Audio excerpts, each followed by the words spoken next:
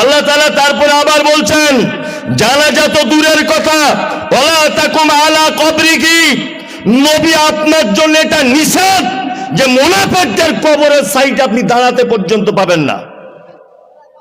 জানাজা তো দূরের কথা, তার কবরের সাইডেও আপনি যাবেন না।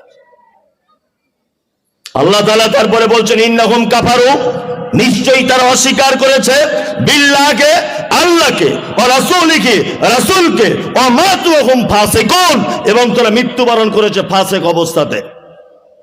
তার মানে বুঝতে পারছেন মুনাফিক কত বড় পাপী। এতে জানাজা পর্যন্ত পড়া নিষেধ। চলুন আপনাকে আরো একটা বড় কথা বলে দিই। একটা লোক নামাজ পড়লো না, একটা লোক সুদ খেলো, একটা লোক ব্যভিচার করলো, আপনি তার জন্য দোয়া করতে পারেন কি পারেন না? পারেন। যে আল্লাহ আমার ভাইকে ক্ষমা করে দাও, আমার বোনকে ক্ষমা করে দাও, আমার মামাকে ক্ষমা করে দাও, আমার চাচাকে ক্ষমা করে দাও। যাবে কি যাবে না? যাবে, কোনো সমস্যা নেই। কিন্তু মুনাফিকরা যদি কেউ মারা যায়, এই দেখুন আল্লাহ তাআলা বলছেন একই আয়াতের ৭৯ নম্বর আয়াত, একই সূরা তাওবা ৭৯ নম্বর আয়াত, আল্লাহ বলছেন ইস্তাগফির লাহুম, আপনি ক্ষমা প্রার্থনা করুন। আওলা তাস্তাগফির লাহুম, যদি ক্ষমা প্রার্থনা নাই বা করেন, ইন তাস্তাগফির লাহুম, যদি আপনি ক্ষমা প্রার্থনা করেন মুনাফিকদের জন্য, ৭০ মাররাতান, একদিনে ৭০ বার। আপনি ক্ষমা প্রার্থনা করেন আর নাই বা করেন, ইন তাস্তাগফির লাহুম ৭০ মাররাতান, যদি আপনি মুনাফিকদের জন্য একদিনে ৭০ বার যদি তওবা করেন বা তাদের জন্য ক্ষমা প্রার্থনা যদি করেন যে আল্লাহ অমুককে ক্ষমা করে দাও, আল্লাহ তাআলা বলছেন ফালাই ইয়াগফিরাল্লাহু লাহুম, আমি নবী তোমার হাত ফেরত দিয়ে দিব, তাদেরকে কোশ্চিন কালেও কোনোদিন ক্ষমা করব না। বুঝতে পারছেন ঘটনা কিছু? আল্লাহ তারপরে আবার বলছেন যালিকা বিআন্নাকুম কাফারু বিল্লাহি ওয়া রাসূলিহি, নিশ্চয়ই তারা আল্লাহ এবং তার রাসূলের সঙ্গে অস্বীকার করেছে। আল্লাহু লা ইয়াহদিল কওমাল ফাসিকিন, আল্লাহ বলছে আমি ফাসিকদের হেদায়েত দান করি না। মুনাফিকদের ব্যাপারে কত কড়াকড়ি করে বলা হচ্ছে, বুঝতে পারছেন? এবার আপনাদেরকে বলি মুনাফিক দেখতে পাওয়া যায় কোথায়? ওই যে তেতুলিয়াতে সিনেমা হলে 4 বন্ধু বই দেখতে গেছে, ঠ্যাঙের উপরে ঠ্যাং তুলে বসে বসে দেখছে। 20 कोस दूर से अगर कोई बच्ची रोते, माँ कहती है कि बच्ची सो जा, गब्बर सिंह आ जाएगा। 4 জন বসে বসে শুনছে। ওখানে মুনাফিক নেই, সবাই সিনেমা দেখতে ব্যস্ত, দুলাভাই শালিকে নিয়ে ব্যস্ত, শালি দুলাভাইকে নিয়ে ব্যস্ত, সবাই সবাইকে নিয়ে ব্যস্ত। আপনি মেলায় যান, ওখানে মুনাফিক দেখতে পাবেন না। ওখানে সবাই জিলাপি বাদাম খেতে ব্যস্ত, নাগরদোল্লা চাপতে ব্যস্ত, কেউ ড্যান্স দেখতে ব্যস্ত, কেউ মেয়ে ছেলে দেখতে ব্যস্ত, তাই না? ওখানে মুনাফিক দেখতে পাবেন না। আপনি বাজার করতে যান, সবাই সবজি কিনতে ব্যস্ত, মাছ মাংস কিনতে ব্যস্ত, মুনাফিক নেই। এখন মুনাফিক 2-3টে জায়গায় সব থেকে বেশি দেখা যায়। এক, ওই যে চায়ের দোকানে বসে 1 কাপ চা খায় আর 20 মিনিট ধরে বসে থাকে, 20 মিনিট, এখানে মুনাফিক দেখতে পাবেন। আর ইদানিং দেখতে পাওয়া যাচ্ছে মসজিদের ভিতরে, নামাজ পড়া হয়ে গেছে, বাবা টুকটুক করে ঘর চলে যা, তোর বসে থাকার কি দরকার? মসজিদের ভিতরে বসে ওই ইমাম সাহেব ঘরে যেই ঢুকে গেছে ওর বদনাম করছে। মসজিদে বসে অমুকের বইয়ের বদনাম করছে, মসজিদের ভিতরে বসে আর একটা মুসল্লি বাড়ি চলে গেছে তার নামে বদনাম করছে। করছে কি করছে না? এরা সব মুনাফিকেরা, সব মুনাফিক। আর এরা এত খাতারনাক, আল্লাহ তাআলা নবীকে বলছেন আপনি জানাজাও পড়বেন না, 1, 2 তাদের কবরে পর্যন্ত দাঁড়াবেন না। নাম্বার 3, আপনি যদি তাদের জন্য ক্ষমা প্রার্থনা করেন একদিনে 70 বার, আল্লাহ বলছে কোশ্চিন কালেও আমি ক্ষমা করব না। এত ডেঞ্জারাস পাপী। আমি আপনি মুনাফিকের অবস্থায় থাকবো না এই লাইন থেকে কেটে আসবো? এই লাইন থেকে ফেরত আসতে পারবো? পারবো ইনশাল্লাহ। যারা এরকম লোক আছেন নিজের চরিত্র চেঞ্জ করুন, তাছাড়া বাঁচার উপায় নেই। গোলাম হোসেন, একদম বাঁচার উপায় নেই। খুব মিষ্টি মিষ্টি কথা বলে, মিষ্টি মিষ্টি, খুব মিষ্টি, মুখে খুব মিষ্টি, অন্তরে বিষে ভরা, আছে না? আছে। এদের থেকে দূরে থাকবেন একদম। আর আমি তো ইমাম সাহেব ভাইদেরকে বলে দিয়েছি সোশ্যাল মিডিয়াতে যে আপনার চাকরির যদি কোনোদিন 12:30 বাজে, ওই লোকটার জন্য বাজবে যে আপনার মশারির ভিতরে শুতে যায়, সতীনের মতো আর কি সম্পর্ক। ভাত এলে দুজনে একসঙ্গে বসে বসে খায় আর গুজুর গুজুর করে গল্প করে, মোটর সাইকেলকে ওই বাজারে বেড়াতে যাচ্ছে, বুঝলেন না? কোনোদিন যদি তোমার চাকরি গেছে তা ভাববে এই লোকটার জন্য গেছে, কারণ ও তোমার গোপন সব কথা জানে। কি বললাম বুঝলেন? আর প্রত্যেক মসজিদে খোঁজ নিয়ে দেখুন ওই লোকটার জন্য ইমাম চলে যায়। ইমামের যত কথা সব ও বাজারে ফাঁস করে, মানে মুনাফিকি করে। কি বললাম বুঝলেন তো? ইমাম সাহেব ভাইরা সাবধানে থাকবেন, খুব সাবধানে থাকবেন এদের থেকে। মুনাফিক মারাত্মক ডেঞ্জারাস। নাম্বার 2, আরেকটা শব্দের ব্যাখ্যা করে দিই। আল্লাহ উপাধি দিয়েছেন মুশরিকুন। কোরআন মাজিদে আছে মুশরিক কে, এটা জানা আছে? জানা নেই? হিন্দু এ মুশরিক? হ্যাঁ না। খ্রিস্টান মুশরিক না। ইহুদি মুশরিক না। তাহলে এরা কি? আল্লাহ তাআলা বর্তমান বাজারে হিন্দু ভাইদের যে চরিত্র, তাতে করে বুঝতে পারা যায় এদের ব্যাপারে যে শব্দ ব্যবহার হয়েছে তার নাম সাবেঈ। সাবেঈ বলতে তারা যারা আল্লাহকে এক বলে বিশ্বাস করে, আল্লাহকে এক বলে বিশ্বাস করে, তারপরেও পৃথিবীতেও এক একজন এক এক ডিপার্টমেন্টের ক্ষমতা এইটা বিশ্বাস করে, এরা হচ্ছে সাবেঈ। হিন্দু ভাইদেরকে যদি বলেন আরে এত বৃষ্টি হচ্ছে কেন, ও এক চান্সে বলবে উপরওয়ালা দিচ্ছে তাই হচ্ছে, বলবে না? তার মানে ওরও জ্ঞান আছে, উপরে একজন আছে, তাই না? তারপরে দেখবেন ওর বেটা বেটিকে দিয়ে সরস্বতী মায়ের পূজা করে, কারণ হিন্দু ভাইরা জানে যে সরস্বতী হচ্ছে বিদ্যার দেবী, মানে যত লেখাপড়ার ডিপার্টমেন্ট সরস্বতীর কাছে আছে। আবার যারা লোহা লক্করের ব্যবসা করে তারা দেখবেন বিশ্বকর্মার পূজা করে, তার মানে ওদের এটা ধারণা যে এই ব্যবসার ডিপার্টমেন্টটা বিশ্বকর্মার হাতে আছে, এটা ওদের ধারণা, তাই না? তার মানে ওরা আল্লাহ এক বিশ্বাস করে, কিন্তু এক একজনের আলাদা আলাদা ক্ষমতা আছে, এটাতেও বিশ্বাস করে। এরা হচ্ছে সাবেঈ। মুশরিক কারা? এই দেখুন আপনাকে মুশরিক দেখাই।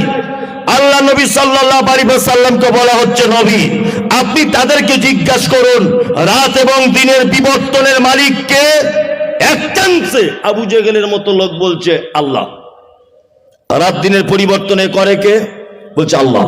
চলুন সুস্থতা ও সুস্থতার মালিক কে?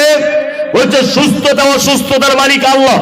তবে আবু জেহেল আবার মুহাম্মদ সাল্লাল্লাহু আলাইহি ওয়াসাল্লামকে বলছে মুহাম্মদ, কাবার মালিক আল্লাহ এটা আমি জানি, রাত দিনের বিবর্তন হয় এর পিছনে একজন আছে আল্লাহ এটাও আমি জানি, সবকিছু আমার টনটনে জ্ঞান। তবে শোনো মুহাম্মদ, আল্লাহর কাছে ডাইরেক্ট পৌঁছানো যায় না, 360টা দেবদেবীর মাধ্যমে তবে আল্লাহকে ডাকতে হয়।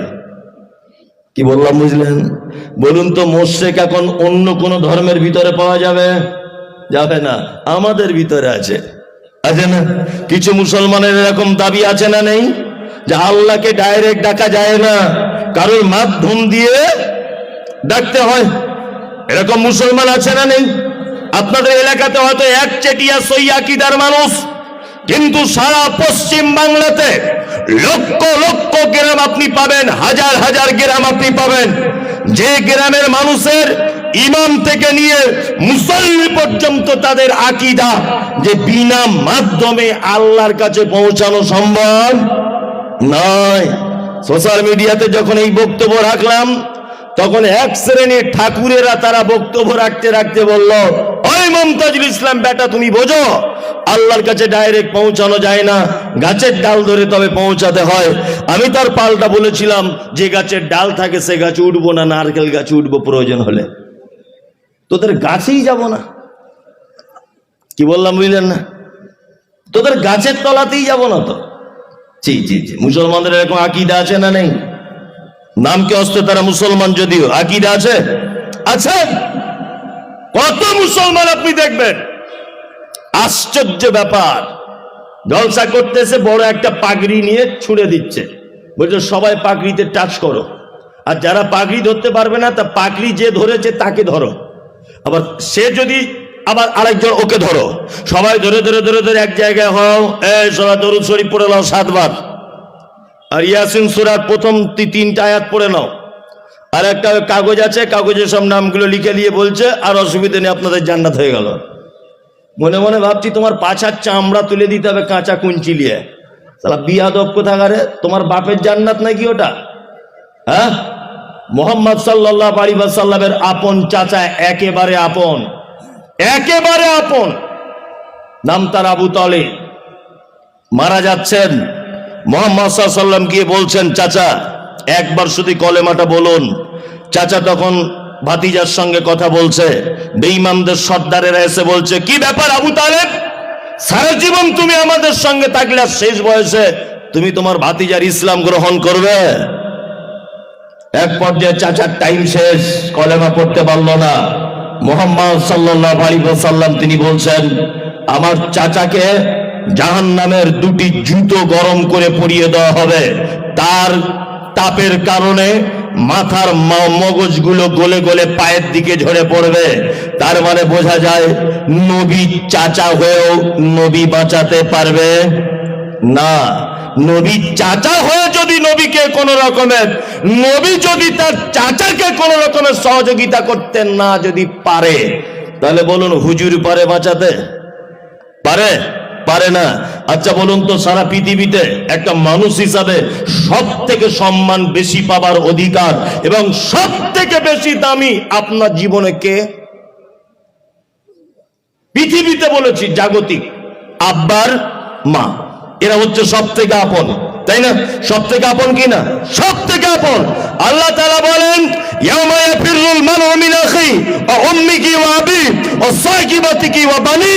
শোনো, কিয়ামতের দিনে বাপ বেটার হবে না, বেটা বাপের হবে না, মা বেটার হবে না, বেটা মায়ের হবে না, স্ত্রী হবে না, কেউ কারো কোনো উপকার করতে পারবে না। তা আপনার প্রতি পীর সাহেবের দরদ বেশি হবে না আপনার মায়ের দরদ বেশি হবে? মায়ের দরদ বেশি হবে। তা আল্লাহ তো বলছে মা বেটার কোনো উপকার করবে না, আর বেটা মায়ের কোনো উপকার করবে না। যেখানে বাপ তার বেটার উপকার করতে পারবে না, বেটা তার বাপের উপকার করতে পারবে না, আচ্ছা বলুন তো সেদিন কোন হুজুর আপনার উপকার করতে পারে? এগুলো মানুষ বোঝে না কেন? আসলে বুঝতে পারবে না ওরা। কিছু লোক আছে না, তারা ভুল করতে করতে করতে করতে করতে করতে তাদের অন্তরে এমন একটা দাগ কেটে গেছে যে ভালো জিনিস দিলে তারা সহ্য করতে পারে না। কি বললাম বুঝলেন না? ভালো জিনিস আর সহ্য করতে পারে না। আমি একটা মাঝে সাঝে গল্প বলি, গল্প এর ভিতরেও জ্ঞান আছে। সেটা কি? একটা আতরওয়ালা রাস্তা দিয়ে যাচ্ছে হেঁটে হেঁটে, আতরওয়ালা, গল্পটা আমার আব্বার কাছে শিখেছি। আতরওয়ালা যাচ্ছে হেঁটে হেঁটে, তার পাশে একটা মেথরওয়ালা যাচ্ছে, তা এও ব্যবসাদার ও ব্যবসাদার। আর আতরওয়ালাদের চরিত্র কি? কাস্টমার দেখলে একটু হাতে লাগিয়ে দেয়, ভাই দেখুন জান্নাতুল ফেরদাউস। এখন আতরওয়ালা আতর বার করে ও এখন মেথরওয়ালার হাতে লাগিয়ে দিয়েছে। এখন মেথরওয়ালা তো সারা জীবন পায়খানা পরিষ্কার করে করে অভ্যাস, ও তো জান্নাতুল ফেরদাউস বোঝে না, বুঝলেন না? ও এখন জান্নাতুল ফেরদাউস নাকে টেনে ছটফট করে অজ্ঞান হয়ে পড়ে গেছে। আতরওয়ালা ভাবছে এ তো ছিলাম ভালো, এতে মহা বিপদ হলো, কি ব্যাপার, লোকটা ছটফট করে পড়ে গেল কেন? আতরওয়ালা তখন তাড়াতাড়ি করে নিয়ে ওকে হসপিটালে নিয়ে গেল, ওই আপনার ধরে নেন হঠাৎগঞ্জে। ডাক্তারবাবু দেখে বলছে কি হয়েছে? তখন আতরওয়ালা ইমানদার লোক, বয়স্ক লোক, সত্যিটা বলেছে। তো বলছে ওই লোকটা কি কাজ করে? বলছে পায়খানা পরিষ্কার করে, মেথর। ডাক্তার তখন জ্ঞানী মানুষ বুঝতে পেরেছে এর কিছুই হয়নি, আসলে জন্ম থেকে পায়খানা সঙ্গে সঙ্গে অভ্যাস, তো ওই জন্য ভালো জিনিস শুঙেছে বলে এর আজ এই অবস্থা। তা আতরওয়ালাকে বলছে ভাই আপনি এক কাজ করুন, হসপিটালের ওই বাথরুমে গিয়ে যদি কাঁচা টাটকা পায়খানা যদি পান, ওর নাকে এনে লাগিয়ে দেন, দেখবেন এক্ষুনি ভালো হয়ে যাবে। আতরওয়ালা কাঁচা পায়খানা লাগিয়ে দিয়েছে, ও পুরো সুস্থ। কি বললাম বুঝলেন না? তা কিছু মানুষ আছে তারা শিরিক করতে করতে করতে করতে তাদের মাথাটা এমন একটা পর্যায়ে পৌঁছে গেছে, আপনি তাদেরকে তাওহীদের কথা বললে এই ব্রেনে আর তারা অ্যাকসেপ্ট করতে পারছে না, যতই আপনি বলেন বলছে আমার বাপ দাদা 14 গোষ্ঠী কি ভুল করে গেছে, এইসব তাদের উক্তি নয়, সেই পৃথিবীর সব থেকে বড় পাপ মুশরিক। তবে একটা কথা বলে দিই, সেটা হচ্ছে এই মুশরিক আমাদের ভিতরে খুঁজলে দেখতে পাওয়া যাবে।